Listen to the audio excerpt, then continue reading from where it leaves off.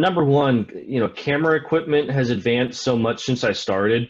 The digital cameras were just coming out, and it was the Canon Digital Rebel, the first original, the OG camera that came out. And that camera, you definitely could not do nightscape images with that because you couldn't push the ISO, the sensitivity of the sensor amplification high enough. It didn't have high enough ISO beyond like 1600.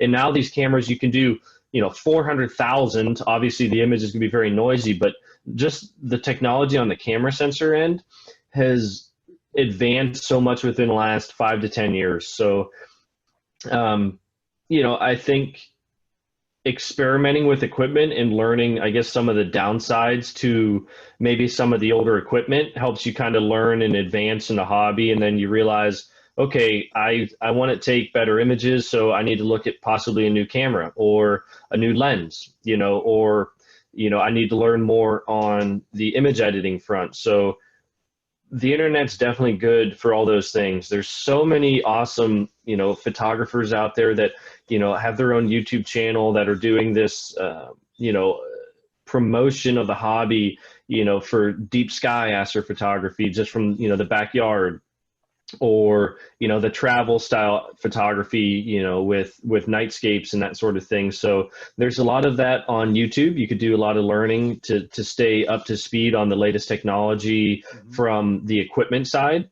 That's a great resource. And of course, there's, people will do blogs on image editing and that sort of thing. But I think, like you said too, with workshops, that's definitely one of the best ways that people can learn and grow with their own imaging. Because if you invest in, an intensive workshop, you're learning so much with someone that has been in the field for a while. So you can advance your own skills really quickly, especially with the steep learning curve that astrophotography has. But that curve has been, lessening, thankfully, with some of the computer technology nowadays. And there's ways they want more people to be in the hobby. So they want to make it simpler to set up a telescope and to capture images and to communicate with the camera and the telescope itself. Because I remember back in the day, I even carried out a full-blown tower computer with a big CRT monitor